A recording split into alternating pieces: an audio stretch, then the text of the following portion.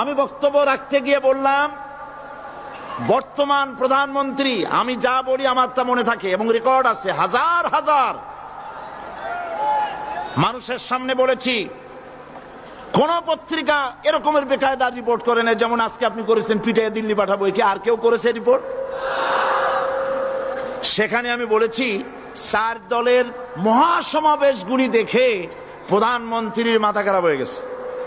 আর মাথা খারাপ হইতেই পারে, যেহেতু ফ্যামিলি অ্যাফেয়ার্স যদি খারাপ থাকে মাথা গরম থাকে। আমি সেখানে বলেছি প্রধানমন্ত্রী তিনি বলেছেন 4 দল একত্রিত হয়ে বাংলাদেশটারে পাকিস্তান বানাবে। দেখছেন না পত্রিকায়? আমি বলেছি দেখেন, একটা দেশের প্রধানমন্ত্রী মিথ্যা কথা বলেন, আমি এই রকমের কথা বলবো না। তবে উনি যা বলেন তা কিন্তু সত্য নয়। মিথ্যাবাদী আমি বলতে পারি না, বলবোই না। তবে যা বলেন তা সত্য নয়, আস্তে করে বলছি। উনি বলছেন দেশটারে পাকিস্তান বানাবে 4 দল। আমি বললাম বিগত 21 বছর যারা দেশ চালাইছে তারাই তো 4 দলের মধ্যে আছে না নাই? পাকিস্তান বানাইছে তারা? আচ্ছা আপনারা বলেন পাকিস্তান কাছে না হিন্দুস্তান কাছে?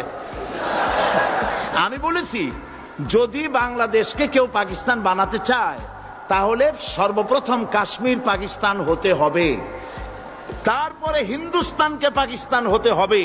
এটা যেমন সম্ভব নয়, কিয়ামত পর্যন্ত বাংলাদেশ পাকিস্তান হওয়া সম্ভব নয়। আমার এই স্পষ্ট বক্তৃতার হাজারো রেকর্ড আছে বগুড়ায়। কেউ ধরনের বাজে রিপোর্ট করেনি। যুগান্তর লিখেছে, সাইদি বলেছে কাশ্মীর পাকিস্তান হইলেই বাংলাদেশ পাকিস্তান হয়ে যাবে।